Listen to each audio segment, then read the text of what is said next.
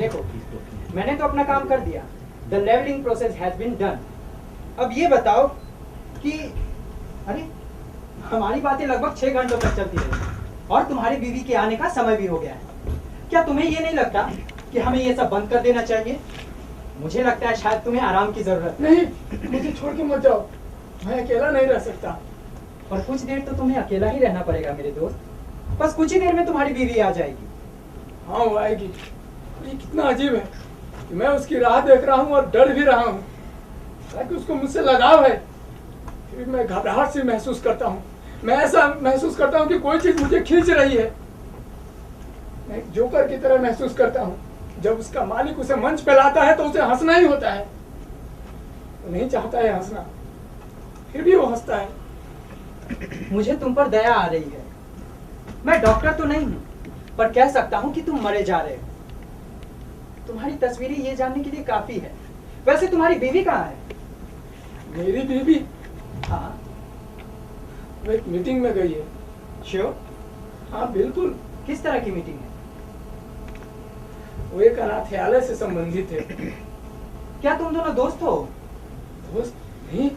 तो क्या दुश्मन हो? मेरे कहने का मतलब है कि तुमने अपनी बीवी को ऐसा क्या कह दिया जो उसके दिल को लग गया? You are terrible। मुझे तुमसे डर है। तुमने इसे कैसे जाना? बहुत आसान है, मैं अपने तजुर्बे से कह सकता हूँ। मैंने सिर्फ 2 ही शब्द बोले थे और वो भी इतने कड़वे कि आज मैं उसका पश्चाताप कर रहा हूँ। छोड़ो ये सब और मुझे सब बताओ। मैंने कहा ओल्ड फ्लर्ट। और क्या कहा? और कुछ नहीं कहा। हाँ, तुमने कहा, पर तुम उसे भूल गए हो। बल्कि तुम में वो हिम्मत ही नहीं है कि तुम उसे याद रख सको। जैसे तुमने उसे एक बंद अलमीरा में रखा है। पर मुझे लगता है कि शायद अब तुम्हें उसे खोलना चाहिए।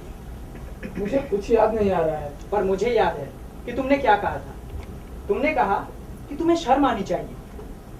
तुम एक शादीशुदा औरत होने के बाद भी उन नौजवानों के साथ मजे कर रही हो। मैंने कहा? हाँ। हाँ कहा होगा। तो तुम्हें ये कैसे पता? मैंने उसे ये बात नाव में कहते हुए सुना था। किससे? उन 4 नौजवानों से जो उनके साथ थे। मुझे लगता है कि उसे उन नौजवानों में पहले से ही दिलचस्पी शुरू हो गई थी। तो इसमें क्या बुरा है? तुम दोनों मम्मी पापा हो और ये भाई बहन का खेल खेलना बंद करो। क्या तुमने उसे देखा? हाँ, मैंने देखा, पर तुमने उसे नहीं देखा क्योंकि तुम वहां उस वक्त मौजूद नहीं थे, इसलिए तुमने उसे नहीं देखा। एक पति अपने पत्नी को कभी नहीं जान सकता। खैर छोड़ो ये सब। ये बताओ कि क्या तुम्हारे पास उसकी कोई तस्वीर है? हाँ, मेरे पास उसकी एक तस्वीर है। जी। जिस वक्त ये तस्वीर खींची गई थी, क्या तुम उस वक्त वहां मौजूद नहीं थे? नहीं। देखो इसे। क्या तुम्हें इसमें कोई समानता नजर आ रही है जो तुमने ये मूर्ति बनाई है? कोई भी? दोनों की आकृति सामान्य है, पर दोनों के भाव बिल्कुल अलग। पर तुम इसे नहीं देख सकोगे क्योंकि तुम्हें देखने के लिए वो नजर है ही नहीं। सुनो, तुम इसे एक मूर्तिकार की नजर से देखो, बिना किसी वास्तविक सोच दिए बगैर कि ये क्या दर्शाता है। जहां तक मैं देख सक रहा हूं कि ये एक ऐसा बनावटी चेहरा है जो किसी को अपने पास बुला रही है खेलने के लिए, कि आओ और मेरे साथ खेलो। क्या तुमने कभी इसे देखा है कि इसकी आंखें किसे ढूंढ रही है? क्या तुम्हें ये सब दिख रहा है? हाँ, मुझे सब कुछ दिख रहा है। और आगे भी तुम्हें ही देखना है मेरे दोस्त। क्या मतलब? बदले के लिए तुम अपने दिमाग को स्थिर रखो तब तक जब तक कि वो किसी को पसंद नहीं करती। एक बात जो सबकी है, तुम उसे कहना कि उसने जो लिखा है वो कुछ नहीं, बस एक बेवकूफी है। तब वो तुम पर हंसेगी, तुम पर, तुम्हारी लाचारी पर मेरा विश्वास करो कि उसकी बेवकूफी नहीं होगी, बल्कि ये उसकी इच्छा है जो अभी तक संतुष्ट नहीं है। मुझे पता होना चाहिए। क्या वो यहीं पे है? ढूंढो उसे। ढूंढूं? हाँ, देखो, मैं तुम्हारा सलाहकार बन सकता हूँ अगर तुम चाहो तो। मैं मरा जा रहा हूँ, पहले मरूं या बाद में? मुझे क्या करना है? धैर्य रखना होगा जानकारी के लिए। क्या तुम्हारी बीवी का कोई कमजोर पक्ष है?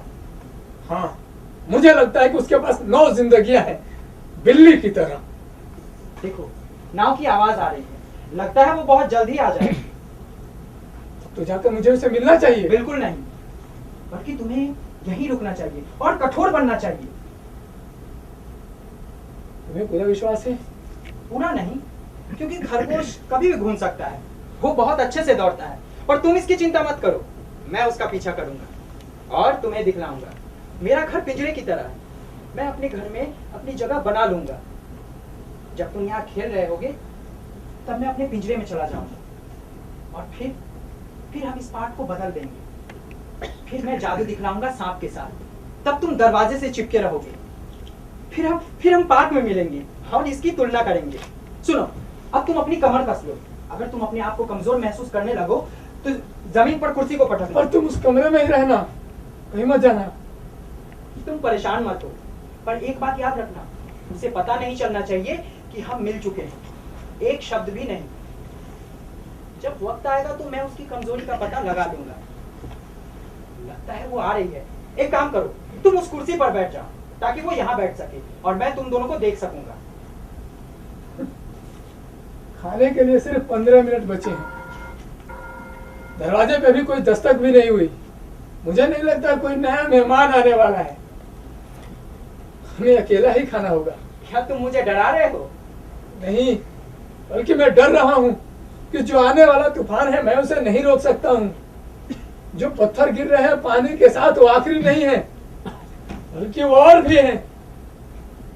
हमारे पास और कोई चारा भी नहीं है, हमें ये तो करना ही होगा। चलो ठीक है, मैं चलता हूँ। Good bye.